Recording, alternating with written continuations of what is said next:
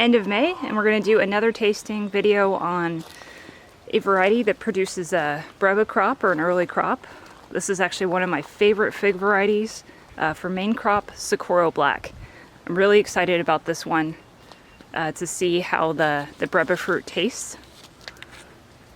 And also just to mention, the Socorro Black is not in-ground, it's actually grafted to this in-ground Texas everbearing fig tree. Someone recently asked, what's my favorite rootstock? It would have to be the Texas everbearing. Just provides a really great rootstock for numerous grafts. I've got over 12 varieties growing on this tree. Supports those grafts really well. It's a vigorous grower in our climate. So I think that's a really suitable one to put in ground here. Socorro Black was actually discovered in Socorro, New Mexico. And it looks very, very similar to Bourgeois Gris.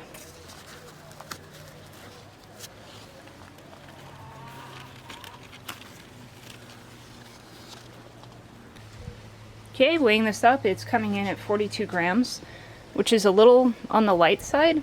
This fig does feel fairly light despite its size, so I don't know if it's going to be dried out inside. So the eye appears to be closed on this variety, squat, similar to the Bourgeois Gris, purplish skin, and has a yellow neck.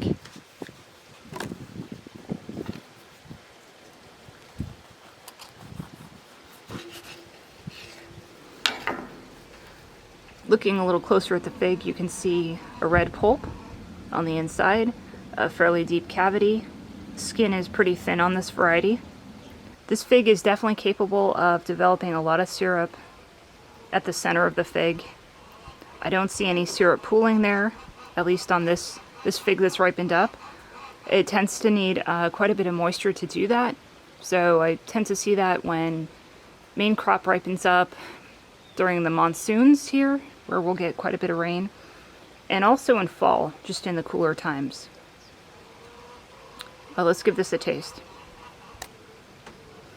To me, this is a touch better than Bourgeois Gris. This one really ripens up well, even when we're in 115-degree temperatures. It doesn't dry out, really concentrates its sugars, and develops really well in the high heat, which makes it one of my very best varieties that I'm growing here. One that I recommend, and you know, if you do have this tree in ground, you're going to get a fairly decent Breba crop on it, so that's just bonus again. Even though this is a late variety, given that you get that early crop off of this, you can get multiple harvests on this one.